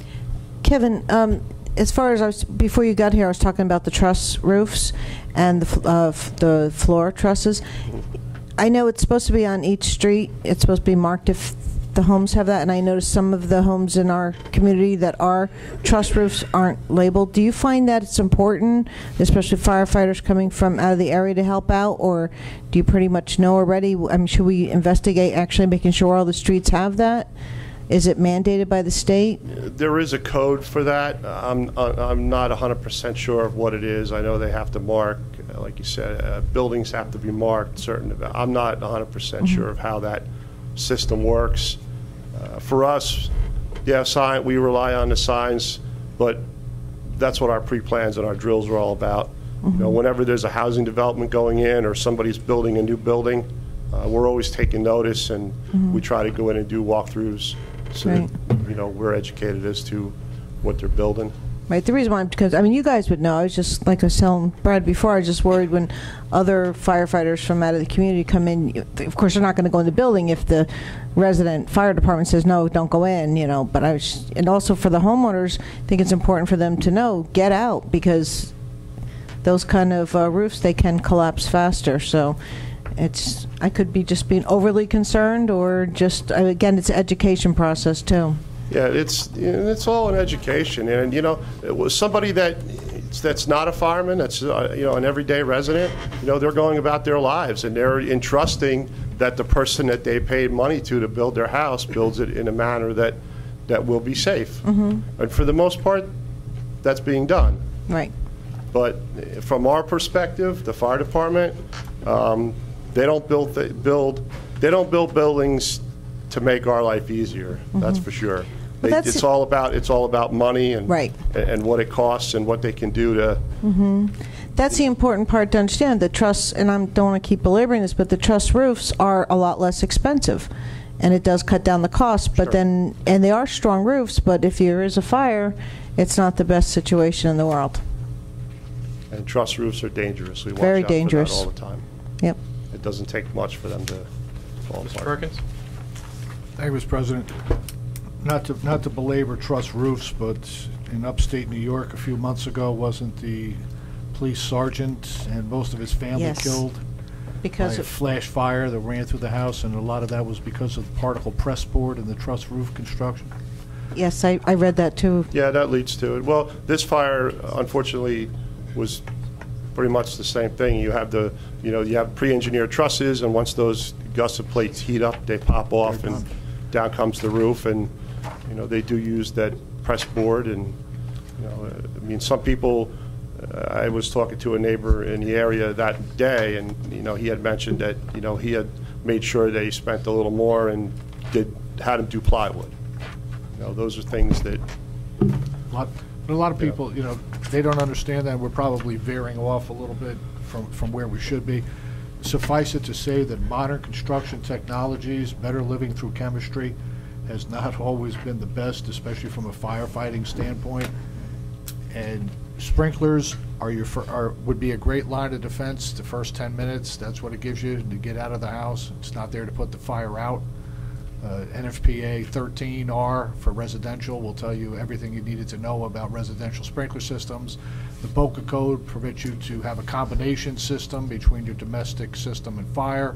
Again, as the fire chief has said, you really need to have some sort of a booster or storage system in your house. you know, chances are, how many times you're going to have a fire if you have smoke alarms, decent construction. Unfortunately, things happen, and this was just a very unfortunate event that took place. And the council, at this stage of the game, I mean, we could talk about construction processes until I'm blue in the face, because I'm in the construction business. And I don't think we need to go there. I think at this point, the message to the residents is that the council, the administration, we're doing an investigation.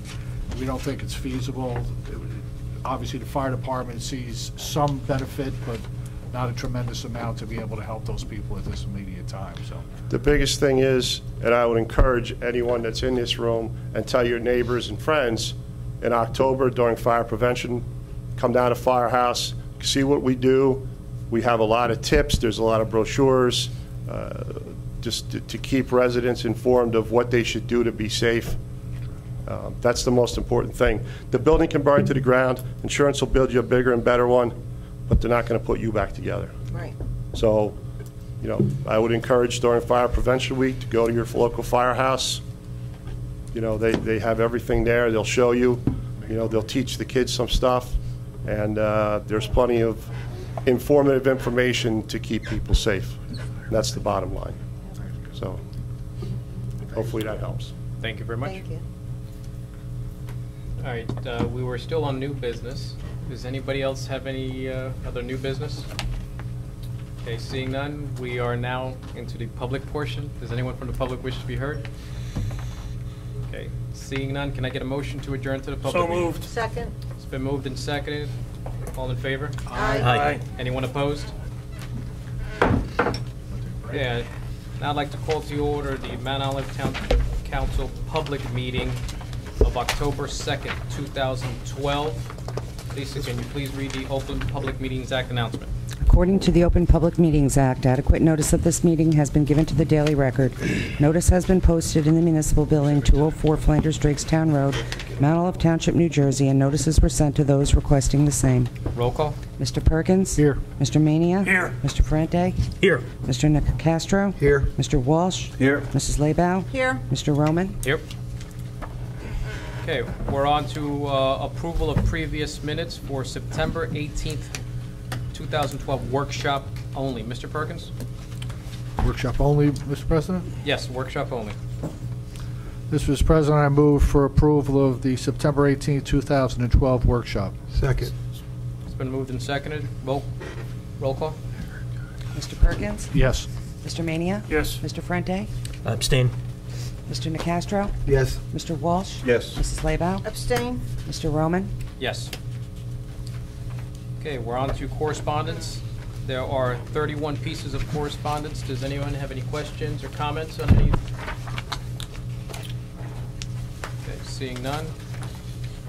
We're on to ordinances for public hearing.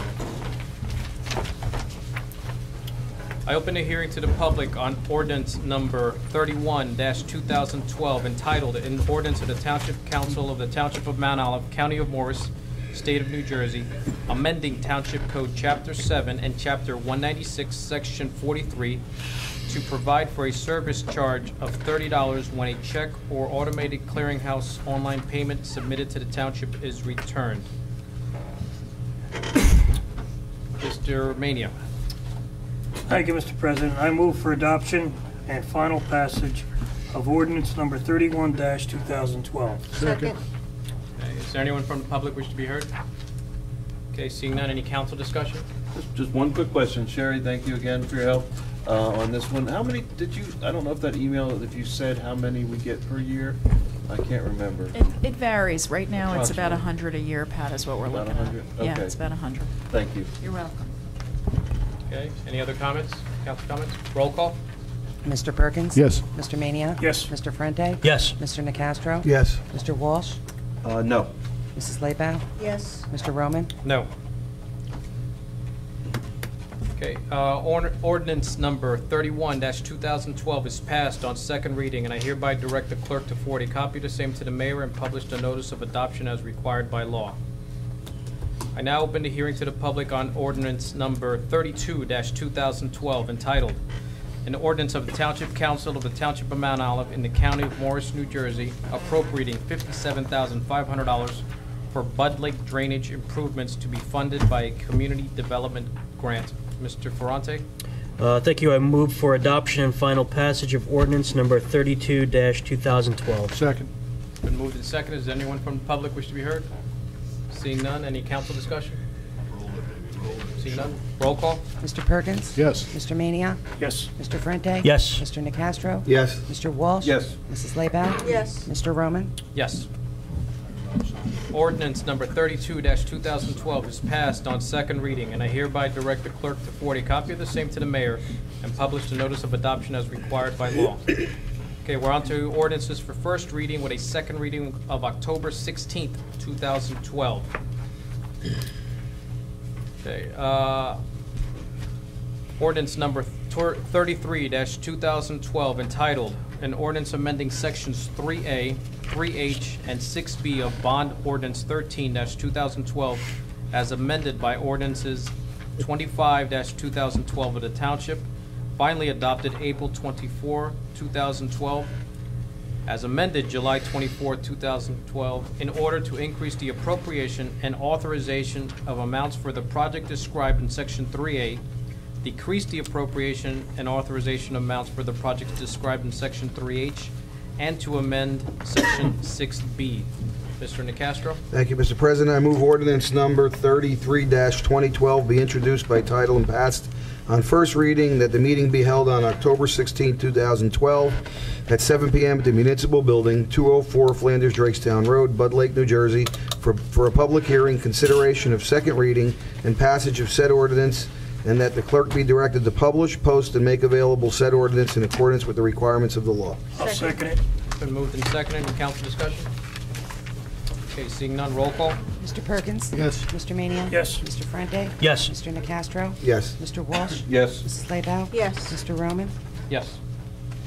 The next item on the agenda for first reading is ordinance number 34-2012 entitled, an ordinance to amend subsection K entitled R-5L Multifamily Residential District in section 400-100 Rural and Residential Districts within Article 7 of Chapter 400 of the Township Code, including building option plans as a requirement within the area, yard, and bulk regulations for single-family court homes. Mr. Walsh? Yeah, I move that ordinance number 34-2012 be introduced by title and passed on first reading, and that a meeting be held on October 16th, 2012 at 7 p.m. at the Municipal Building, 204 Flanders Drakestown Road, Bud Lake, New Jersey, for a public hearing, consideration of second reading, and passage of said ordinance, and that the clerk be directed to publish, post, and make available said ordinance in accordance with the requirements of the law. Second. It's been moved and seconded. Any council discussion? Okay, seeing none, roll call. Mr. Perkins? Yes. Mr. Mania? Yes. Mr. Frente? Yes. Mr. Nacastro? Yes. Mr. Walsh? Yes. Mrs. Laybaugh? Yes. Mr. Roman? Yes. Okay, we're on to consent resolutions. There are 10 resolutions. Does anyone wish to move any to non-consent? Okay, I will move number 7 to non-consent. Ms. Laybaugh? Thank you, Mr. President. I'd like to move consent resolutions 1 through 6 and 8 through 10. Second. It's been moved and seconded. Any council discussion? Does anyone from the public wish to be heard on any consent resolutions? Okay, seeing none, roll call. Mr. Perkins? Yes. Mr. Mania? Yes. Mr. Frente? Yes. Mr. Nacastro? Yes. Mr. Walsh? Yes. Mrs. Laybaugh? Yes. Mr. Roman? Yes. Okay, I moved the number 7 to non-consent just to highlight it in light of the recent events that happened this weekend.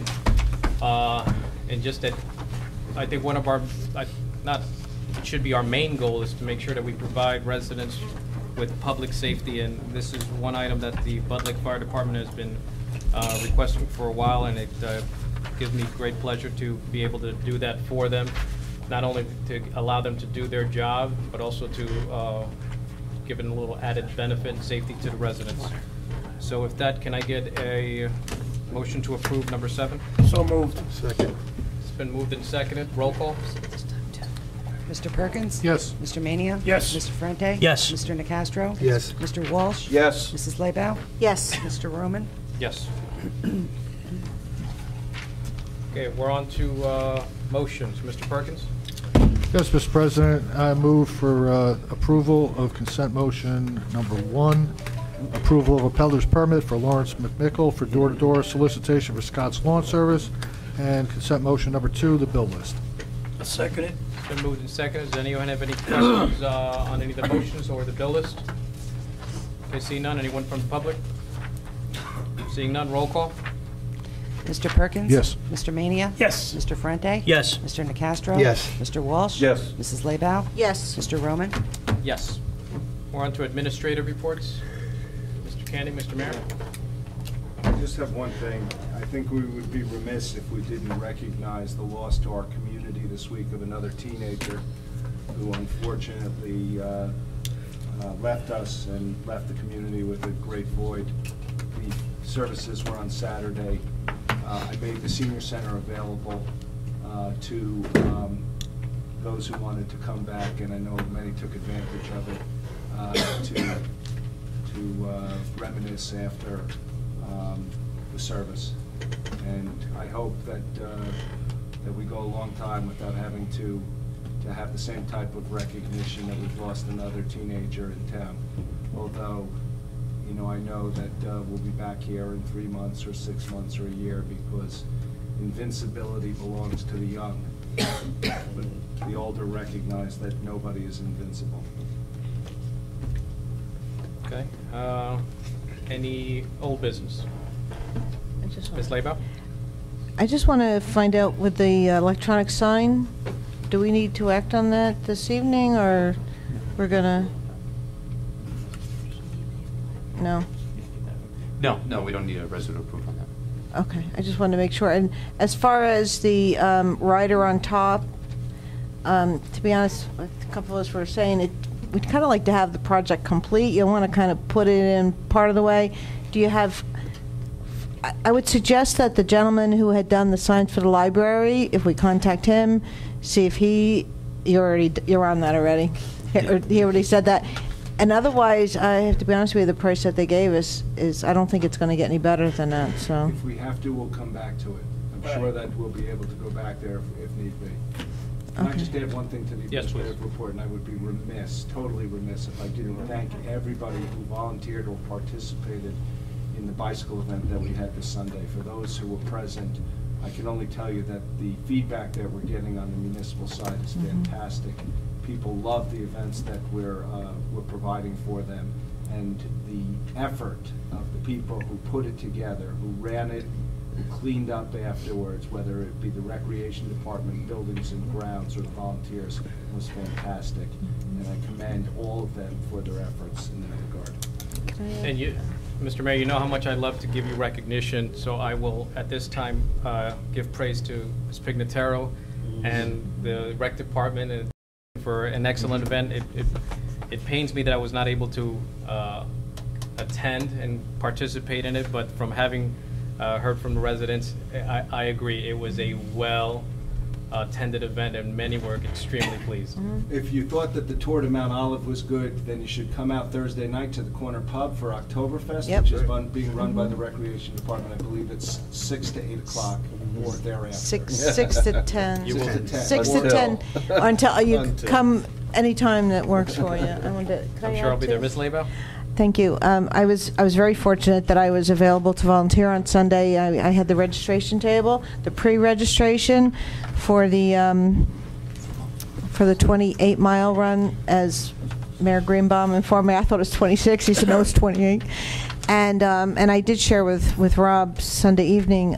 It was so fantastic. I had so many people came up, and they were just really so excited and so happy about all of the community events going on, and the feel of the town, the positive attitude, and I can't thank Rob and Sean, Lisa Pignataro, our recreation staff, Jill Dagan, Liz Meininger and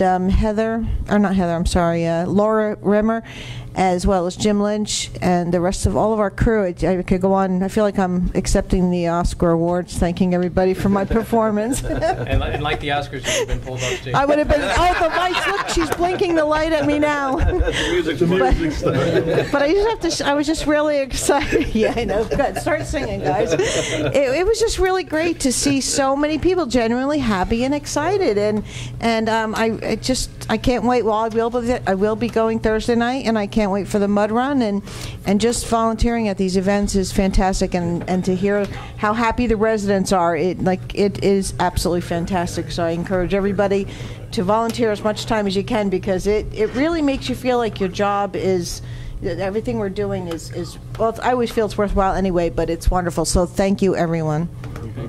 Anybody, new business? Yes, we got a thank you letter from Ronetco Supermarkets. We did the bagging. Myself, Sean, and the mayor. That was fun, wasn't and it? Lisa. And the letter reads, we were delighted you could join us for our 2012 ShopRite Partners in Caring Help Bang Hunger event at the ShopRite of Flanders. Thank you for taking the time to help us raise awareness and funds for local food banks and pantries in the community served by ShopRite Supermarkets. Your participation made a huge difference, and our customers enjoyed interacting with you as they checked out. We are truly grateful to your efforts, and thank you again for joining us. We help bang hunger in our neighborhood. Thank you very much. So it was a fun time.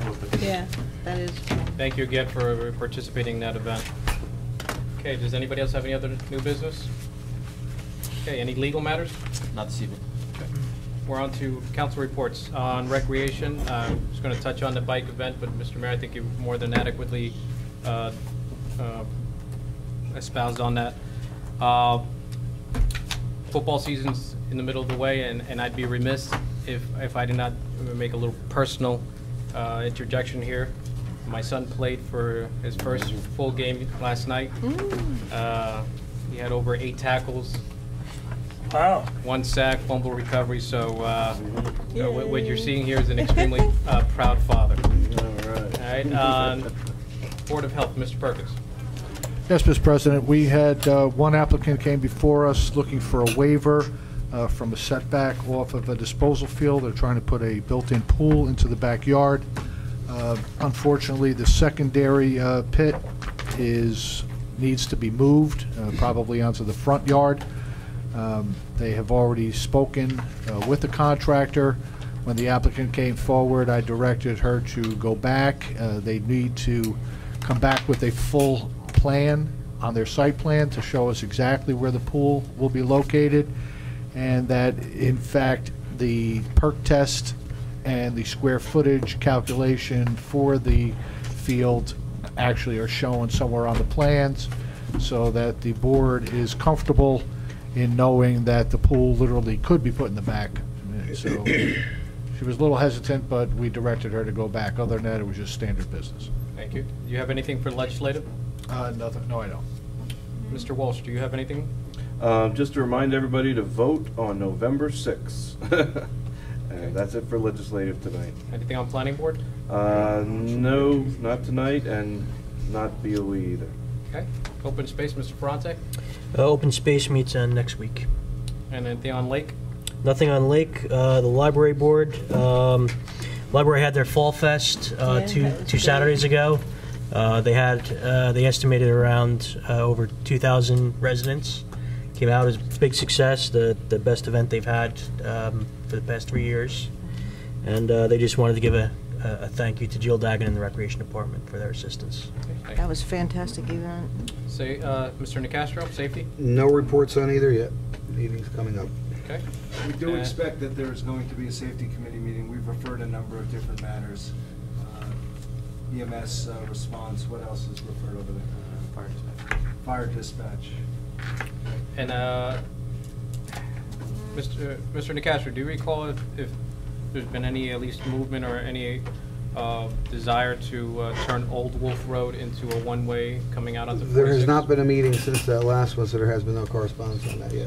We'll follow up at this meeting again. If you wouldn't mind, if you could let me know when the next meeting is. Yes. I would like to at least attend to I address will that let you matter. know. Okay, do you have anything for economic development? No, no meeting for that either. Okay, Mr. Mania, senior citizen? Sean, when we go into our next senior meeting, let me know and I will join you. Yeah, we can have it. Okay. Okay, Mr. Mayor? Economic development, although there hasn't been a meeting, we've been active in terms of meeting with different companies. Last week, we met with Toys R Us, we met with the new tennis club in town.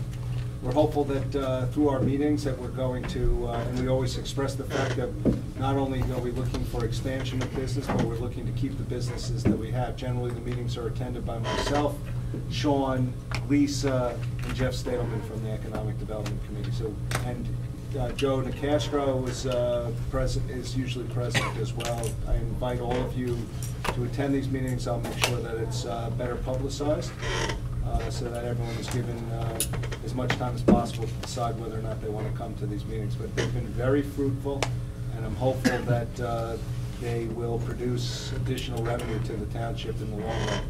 In terms of the legislative, Sean and I both attended a meeting of our state legislators, which was held in Blairstown. A number of different issues were discussed, most of which did not relate to Mount Olive, such as consolidation of services, dealing mostly with smaller town issues. We obviously consolidate services wherever we can by taking over other services, and we're currently in the process of looking at various issues with other towns that are out there, and certainly we'll report on that if and when they come to fruition.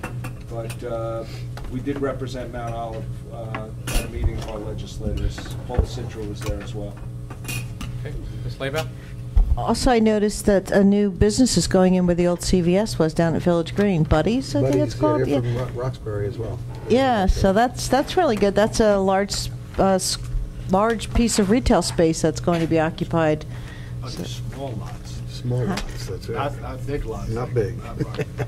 Small lots. Small lots. Oh, small lots. Okay. Smaller stores. It's it's going to be. They're not taking the whole. They're going to take the whole store. Oh. The name of the business is Buddy's Small Lots. Buddy's Small Lots. Oh, okay. Okay, I got you. Sorry. Ms. Laybow, anything else? LLC. I have to tell you also that through Sean and Lisa's efforts, the town is now actively recruiting businesses to come to town. Smaller businesses that will fill up some of the stores on Route 46 and the like. And we've already met with one retailer we thought was appropriate for a spot on Route 46, and he was incredibly impressed that a town would reach out to them to see if they were interested in expanding in Mount Olive. We need a Trader Joe's. I've written to them so many times, but I still haven't gotten them. Careful, a couple more letters and you're going to be listed. As a stalker. Pride Committee met last week. Neither, John, you weren't able to make it either, right?